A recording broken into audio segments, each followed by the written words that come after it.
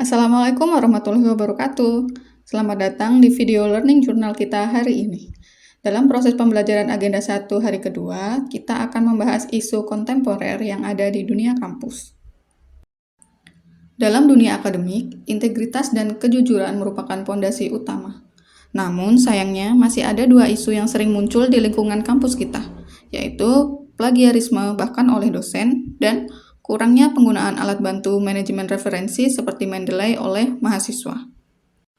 Pertama, kita akan membahas tentang plagiarisme. Plagiarisme terjadi ketika seseorang mengambil karya orang lain tanpa memberikan pengakuan yang tepat. Ini tidak hanya merugikan pemilik karya asli, tetapi juga merusak kredibilitas akademik. Parahnya, plagiarisme bisa dilakukan oleh siapa saja, termasuk dosen. Dugaan aksi plagiarisme di kalangan akademisi bukan yang pertama kali terjadi. Dosen hingga rektor bahkan pernah dicopot dari jabatannya ketika terbukti melakukan aksi plagiarisme. Kita akan bahas malam ini dalam kasus plagiarisme di kalangan akademisi. Ada beberapa contoh-contoh kasus yang ada yang sudah berhasil dihimpun oleh tim Litbang CNN Indonesia dari berbagai sumber. Pada tahun 2017 yang pertama ini yang Jadi pada tahun 2017 ada Rektor Universitas Negeri Jakarta, Profesor Jali, yang diduga terlibat plagiarisme dalam pembuatan disertasi beberapa pejabat Sulawesi yang menjadi mahasiswa doktoral di kampus UNJ. Dugaan tindak plagiarisme yang terjadi di kalangan akademisi menjadi sorotan di media sosial dalam beberapa hari terakhir. Salah satunya yang dilakukan atau dugaan yang dilakukan oleh Rektor USU yang baru saja dilantik. Lalu bagaimana Kementerian Pendidikan dan Kebudayaan merespon masalah ini? Dekan Fakultas Ekonomi dan Bisnis Universitas Nasional UNAS, Kumba Digdo Wiseso, dituduh melakukan plagiarisme karya tulis.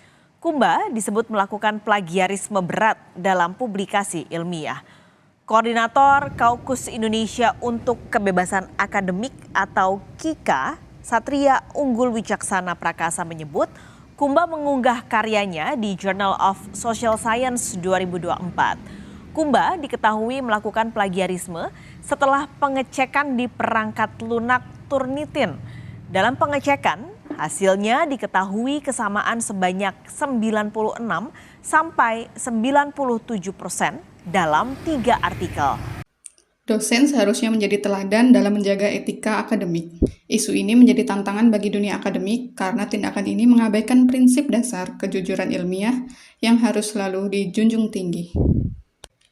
Di sisi lain, banyak mahasiswa yang masih belum memahami pentingnya penggunaan alat bantu manajemen referensi.